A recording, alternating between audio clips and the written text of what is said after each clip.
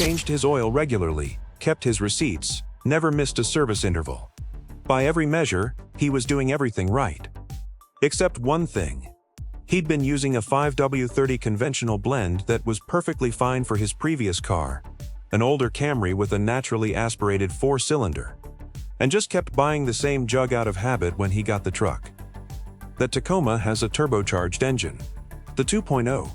It runs hot, it builds boost quickly, and it has oil passages that are about as forgiving as a paper straw. When the turbo starts spinning, and it spins fast, we're talking over 100,000 RPM on that shaft, the oil feeding that bearing needs to be there instantly, and it needs to stay slick under serious heat. A conventional blend at the wrong viscosity doesn't do that. It shears. It thins out right when the heat is highest. And the turbo bearing, which is tiny and spinning faster than you can imagine, starts running on something that's barely better than warm canola oil. He brought the truck in because of a faint whine at highway speed. We diagnosed it in about 15 minutes. The turbo bearing was already showing wear. The repair wasn't catastrophic yet, we caught it before total failure, but he was looking at a significant bill on a truck that had no business needing turbo work at 67,000 miles. The oil wasn't fake. It wasn't expired. It wasn't something he bought in a sketchy parking lot. It was just wrong for that engine, and nobody ever told him that mattered. There's a sound I've heard too many times in this shop. It's not a bang. It's not a grind. It's a kind of dry, hollow tick that starts quiet. So quiet most people turn the radio up a little louder and keep driving. By the time that tick turns into something they can't ignore, the engine's already been eating itself alive for months. And 9 times out of 10, when I pull the dipstick, I already know what happened before I even look at it. The oil is wrong. Not low, not dirty. Wrong. And there's a massive difference between those 3 things that most people running a car right now have never been told. I want to be straight with you from the jump. This isn't about one specific brand being garbage or some conspiracy theory about big oil companies. This is mechanical reality. Real-world stuff I deal with every single week. Because the oil market right now is genuinely confusing, even for people who care about their cars. The shelves at any auto parts store are packed wall to wall with options. Different weights, different base stocks, different certifications printed in tiny letters on the back of the bottle that almost nobody reads. And inside all that noise, there are real traps that are quietly killing engines that should last another 100,000 miles. Let me tell you about a Tacoma that came through here not long ago. Solid truck. 2019, well maintained by a guy who genuinely loved the thing. That's the part that bothers me most about this topic. It's not the obvious stuff that gets people. It's the assumption that oil is oil, that as long as you're changing it and the level looks good on the dipstick, you're covered. That assumption is how engines fail quietly and expensively. Here's something worth thinking about. The last 15 years of engine development have completely changed what oil actually has to do inside a motor. Manufacturers chased fuel economy numbers hard. To hit those EPA targets, they built engines with tighter tolerances, smaller displacement with turbos bolted on, variable valve timing systems that use oil pressure to physically move components, and direct injection setups that changed how carbon builds up internally. Every single one of those engineering decisions made the engine more sensitive to oil quality and specification.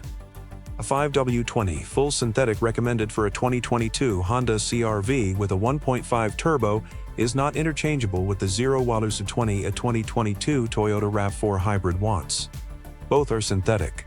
Both are low viscosity. But the additive chemistry is different. The viscosity behavior under heat is different. And the engineers who built those engines spec'd those fluids for specific reasons. Putting the wrong one in doesn't blow the engine on day one. It just starts a slow process that shows up 2 or 3 years later as premature wear, carbon deposits, or a timing chain that stretches ahead of schedule. A 5W30 flows easily at cold start and maintains a 30-weight thickness at full operating temperature. Now, here's where it gets important. Modern engines, especially turbocharged ones and those with variable valve timing, are increasingly calling for thinner oils. 0W20, 0W16 in some cases. That feels wrong to a lot of experienced car guys. It feels like putting something too thin in an engine that needs real protection. I get that instinct. But the reality is that modern engines are built to tighter tolerances specifically because they're designed to run thinner oils. The clearances between the crankshaft and the bearings between the cam journals and the head, they're tighter. A thicker oil doesn't flow fast enough through those passages on a cold start and can actually cause more wear in those critical first seconds than the thinner spec would. The flip side of that is also true. Taking an engine that calls for 5W30 and putting 0W20 in it, because you read somewhere that thinner is better for fuel economy, that's also a problem. Now you've got oil that's too thin to maintain the pressure the hydraulic components need. The VVT system starts hunting. The lifters start ticking. Oil consumption goes up because the thin fluid gets past worn seals and rings more easily. Wrong in both directions. That's the trap. And the timing chain thing. I want to come back to that in more detail later in this video because it is one of the most expensive consequences of running the wrong oil, and it flies completely under the radar until the repair bill is already terrifying. Where are you watching from right now? Drop it in the comments, city, state, whatever you're comfortable with. I'm asking because the climate you're in actually matters for this conversation. Oil behaves differently in extreme cold. It behaves differently in sustained desert heat. The same spec that protects an engine perfectly in a mild Southern California climate is being pushed harder by a guy doing cold starts in Minnesota every morning in January. Knowing where you're at changes the conversation. And if you're finding this useful, if this is the kind of real, straight talk about your car that you actually want more of, hit the subscribe button. No pressure, but I put this stuff out regularly and it's all built on actual shop experience, not marketing copy. Back to the oil. One of the most misunderstood things in the entire oil conversation is viscosity ratings and what they actually mean in the real world. People see 5W30 on the bottle and think of it as a single number, a single fluid. It's not. That rating tells you two things. How the oil flows when it's cold, that's the number before the W, which stands for winter, and how it holds up viscosity when it's hot, which is the number after. And we haven't even touched yet on the certification side of this. The API ratings, the ILSAC standards, the manufacturer-specific approvals that are printed on the back of the bottle in tiny text most people never look at. That's where some of the real money gets lost, and it's where I've seen some of the most avoidable damage happen. We'll get into exactly what those letters mean, and why the difference between API-SP and API-SN can cost you thousands of dollars in engine work. Right after the break. Let's talk about those letters on the back of the bottle, because this is where a lot of people's eyes glaze over and they just grab whatever's on sale. I understand that. The labeling on motor oil packaging is genuinely confusing, and the industry hasn't done anyone any favors by making it look like a chemistry exam. But ignoring it is exactly how you end up with the wrong fluid in an engine that needed something specific. The API rating, that's the American Petroleum Institute, is the most common certification you'll see on oil sold in the United States.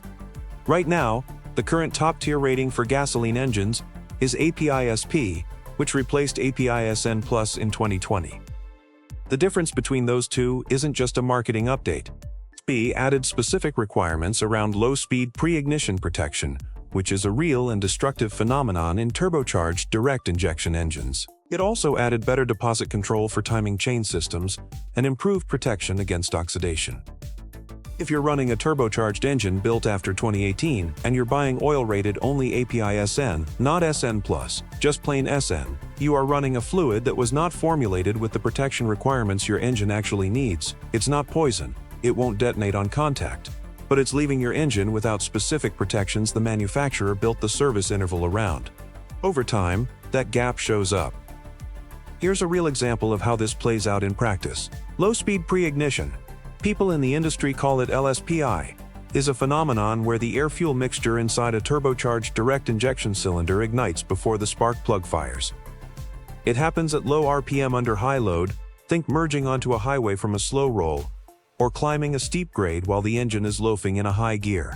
When LSPI occurs, the pressure spike inside the cylinder is violent and completely out of sync with the piston's position. In bad cases, it bends connecting rods. In really bad cases, it punches holes in pistons. The oil plays a direct role in triggering or preventing LSPI. Specifically, calcium-based detergent additives in older oil formulations were identified as a contributing factor. API-SP oils have limits on those calcium levels, and include chemistry specifically designed to suppress LSPI events. APISN oils, the older standard, don't have those requirements. So if you've got a 2019 or newer turbocharged engine, and you're running old spec oil because it was cheaper or it's what the parts store had on the shelf, you are running without that protection. Now, does that mean your engine is going to grenade next Tuesday? No. LSPI events are relatively rare under normal driving conditions, but they're not impossible, and the consequences when they do happen are catastrophic and not covered under warranty if you weren't using the specified oil. That's the part that matters. When something goes wrong and the dealer or the rebuilder starts asking questions about maintenance history, the oil spec is one of the first things they look at. What about the ILSAC rating? That's the International Lubricant Standardization and Approval Committee, and their current standard is GF6, which runs alongside APISP. GF6 splits into two categories. GF6A covers conventional viscosity ranges like 0W20 and 5W30, while GF6B was created specifically for ultra-low viscosity oils like 0W16. If your manufacturer calls for 0W16 and some newer Honda and Toyota applications do, you need an oil carrying the GF6B certification. A regular GF6A oil in a 0W20 isn't going to cut it, even if the viscosity number looks close enough. I want to talk about European spec oils for a minute, because this is an area where American car owners get caught off guard regularly. But it had no BMW approval, and the ash content was too high for that engine's long-term health. Tell me something in the comments. What oil are you currently running in your car, and did you pick it because the manufacturer specified it, or because it was what the shop put in during your last oil change? I genuinely want to know. Because a huge percentage of people have no idea what's in their engine right now, and that's not an insult, it's just the reality of how oil changes get done at quick lube chains and dealership service bays. The tech grabs what's in the gun, it meets the minimum spec, and the job is done. Whether it's the exact right fluid for your specific engine is a different question. This brings me to something I want to spend some time on because it connects directly to the timing chain issue I mentioned earlier. Oil quality and the timing chain are more closely linked than most people realize, and it's an expensive relationship when it goes wrong. Modern engines use the oil pressure system to control the timing chain tensioner. It's a hydraulic component. Oil pressure keeps the tensioner extended, which keeps the chain under proper tension as it runs between the crankshaft and camshaft sprockets. When the oil is degraded, when it's lost viscosity from heat cycling and contamination, when the pressure drops because the fluid is too thin, or because there's sludge partially blocking the pickup screen, the tensioner loses its hydraulic support. If you're driving a BMW, Mercedes, Volkswagen, Audi, Porsche, or Volvo, the API and ILSAC ratings on the bottle are basically secondary. Those manufacturers have their own internal approval standards. BMW Long Life 4, Mercedes-Benz 229.5, VW 502.0.0505, Porsche 40, and they're printed on the bottle as a separate designation. An oil can be full synthetic, APISP rated, and completely wrong for a BMW 3 Series if it doesn't carry the BMW LL4 approval. The reason for those manufacturer-specific approvals comes down to how those engines are designed and how their emissions systems work. European turbocharged engines, especially diesels but gasoline engines too, are extremely sensitive to ash content in the oil. High ash oils can clog diesel particulate filters and damage the catalysts in gasoline particulate filters. The manufacturer approvals set strict limits on sulfated ash, phosphorus, and sulfur content, which is why you'll see the term low SAPS used in the European market. SAPS stands for sulfated ash, phosphorus, and sulfur. Running a non-approved oil in a BMW or Audi isn't just a theoretical problem. I've seen it damage oxygen sensors, accelerate wear in variable cam timing systems, and in one case contribute to a DPF failure on a diesel that cost the owner just under $4,000. The guy had been using a generic full synthetic he bought at a warehouse store, solid oil by American standards, APISP rated, the whole thing. The chain goes slack. You get that rattle on cold start that sounds like a diesel engine for a few seconds before it quiets down. Most people hear that rattle and think it's normal. Cold engine, a little noise, it goes away. They don't think much of it. What's actually happening is the chain is slapping against the plastic guide rails every single cold start. Those plastic guides are not indestructible. They wear, they crack, they break. And when a timing chain guide fails completely, the chain can jump a tooth on the sprocket, the valve timing goes out of sync, and you're either looking at a no-start condition or in interference engines, which is most modern engines, bent valves from the pistons slamming into them. I've done timing chain jobs on engines with 60,000 miles on them. Engines that should have had another 150,000 miles of life ahead. Every single time, when you dig into the maintenance history, the pattern is the same. Extended oil change intervals, low quality or wrong spec oil, or both. The chain didn't wear out because the engine was old. It wore out because the hydraulic tensioner was running on oil that couldn't maintain proper pressure. The scary part of this specific failure is how slowly it develops and how easily it's ignored. That cold start rattle fades after 30 seconds. The engine runs fine. The check engine light might not come on for months, if at all. For the right engine, it's exactly what the doctor ordered. But there's a specific situation where grabbing that orange or dark red bottle off the shelf, the one that says high mileage on the front in big letters, is actively making things worse, and it happens more often than you'd think.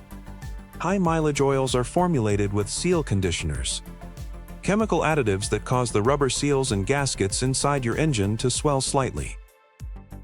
The idea is that an older engine with seals that have hardened and shrunk from years of heat cycling will stop leaking once those seals absorb the conditioner and expand back toward their original shape. And that works. On the right engine, with the right kind of seal wear, it genuinely works, and it buys you real extra life.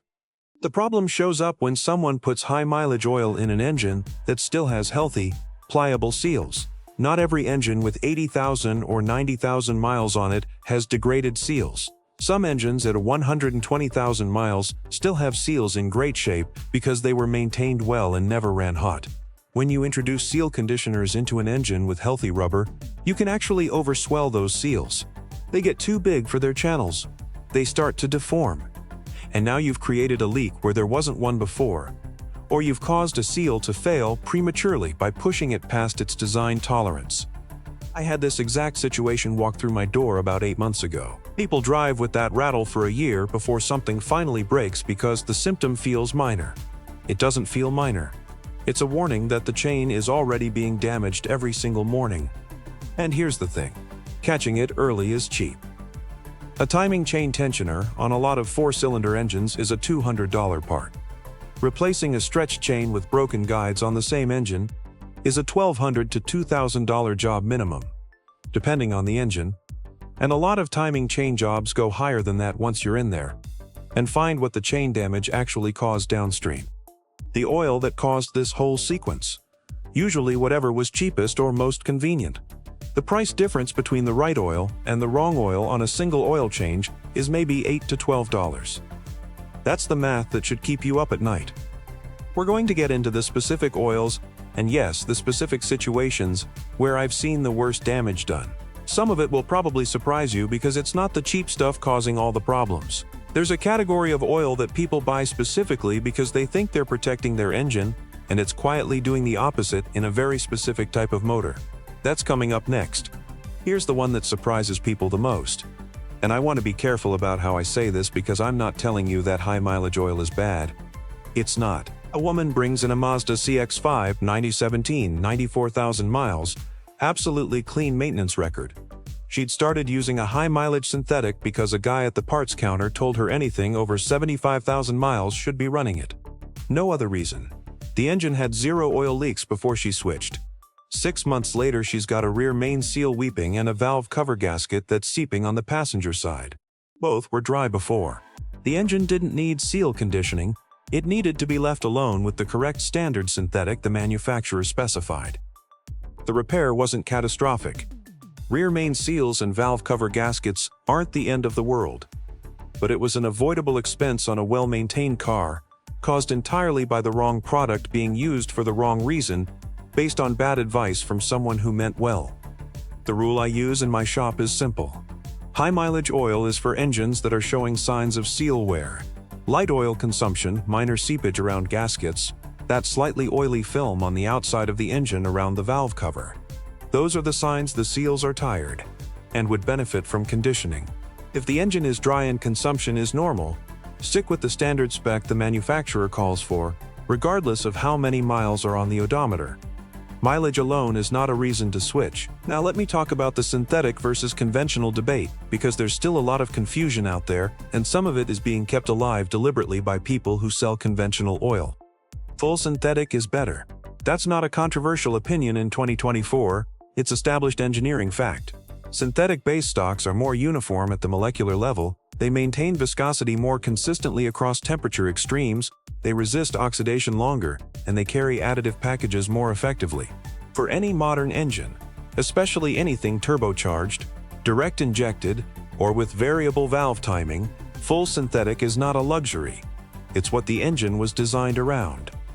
The conventional oil versus synthetic conversation made more sense 20 years ago when synthetics cost 3 times as much and the engines being built had wider tolerances that weren't as sensitive to fluid quality. That gap has closed significantly. A quality full synthetic oil change costs maybe $15 to $20 more than a conventional oil change. On a 5,000-mile interval, that's $4 per month of additional protection. On an extended synthetic interval of 7 or 8,000 miles, the cost per mile of protection is actually lower with the synthetic. The only scenario where I'd tell someone to stick with conventional is an older engine, pre-2000, high mileage, with known leaks, where the slightly higher viscosity of a conventional oil is actually helping keep oil consumption manageable, and the engine isn't under the kind of thermal stress that demands synthetic. Even then, a conventional high-mileage blend can be a reasonable call. But for anything modern, the conversation is over. Run the full synthetic your manufacturer specifies and stop second-guessing it. What I want to close with is something more practical. Because everything I've laid out in this video, the API ratings, the LSPI protection, the timing chain connection, the seal conditioner trap, all of it comes down to one habit that takes about 90 seconds and costs nothing. Read the owner's manual before you buy oil. I know that sounds almost embarrassingly basic. But the number of people who have never opened that glove box and looked up the lubrication specifications for their own car is genuinely staggering. The manual tells you the exact viscosity, the API certification required, and in many cases, particularly for European vehicles, the specific manufacturer approval standard the oil needs to carry. Everything else in this video is context. That page in the manual is the answer. And then when you're standing in the parts store aisle, you flip the bottle over and you check 3 things. The viscosity on the front, the API certification on the back. Make sure it meets or exceeds what the manual calls for. And if your car has a manufacturer-specific requirement, you look for that approval on the label. If the bottle doesn't have it, you put it back and find one that does. That's the entire process. It's not complicated once you know what you're looking for. The second thing I want to leave you with is about oil change intervals, because the extended interval conversation has gotten muddled by a lot of conflicting information. The 10,000-mile or even 15,000-mile oil change interval that some manufacturers print in modern owner's manuals is real. But it comes with conditions. It assumes a specific oil grade, full synthetic, meeting a specific certification. It assumes normal operating conditions, which most manufacturers define as highway driving, moderate climate, and consistent speeds. If your actual driving is mostly city traffic, short trips under 10 miles, extreme heat or extreme cold, towing or hauling, or extended idling, you are in what the industry classifies as severe duty, and those extended intervals don't apply to you. Under severe duty conditions, cutting the interval roughly in half from whatever the manual lists for normal conditions is a reasonable starting point. If the manual says 10,000 miles for normal driving, severe duty puts you at 5,000 to 6,000 miles. That's not a dealership upsell. That's the actual mechanical reality of what contaminated oil does to an engine that never fully reaches thermal equilibrium. There's one more thing I want to say about buying oil, and it's specifically about price. The cheapest oil on the shelf is not automatically bad oil. Some well-regarded brands produce budget-friendly options that meet current API-SP standards and perform well in testing. The price of oil is not a perfect proxy for quality. What matters is the certification on the back of the bottle and whether it matches what your engine needs. That said, if a bottle of full synthetic 5W30 API SP is priced significantly below everything else on the shelf, and you don't recognize the brand, and there's no manufacturer approval listed anywhere on the label, that's worth being cautious about. The counterfeit and adulterated oil market is real. It's not as widespread in the United States as it is in some other markets, but it exists, and the way it works is exactly what you'd expect. Legitimate-looking packaging, slightly low price, garbage oil inside. Stick to recognized brands sold through legitimate retailers. It's not worth gambling a $5,000 engine to save $4 on a quart of oil. Look, I've been doing this long enough to know that the people who end up in my shop with serious engine damage from oil-related failures are almost never careless people. They're people who thought they were doing it right. They changed their oil. They bought something that said, "full synthetic," on the front. They trusted that the shop used the correct fluid. The failure wasn't laziness, it was a gap in information that nobody filled in. That's what this was about. Fill the gap. Know what your engine actually needs, not just what fits on the shelf or what the quick lube place defaulted to. The oil in your engine right now is either protecting it or quietly compromising it. There's no neutral. If you want to know what oil I'd actually recommend for specific engine types, turbo 4 cylinders, high mileage V6, European imports, drop it in the comments and tell me what you're driving. I'll give you a straight answer. No affiliate links, no sponsored product. Just what I'd put in the same engine if it were sitting in my own driveway. Subscribe if you want more of this. Real shop knowledge, no fluff. And if someone you know is about to buy oil without checking the spec, send them this video first. Might save them a timing chain job.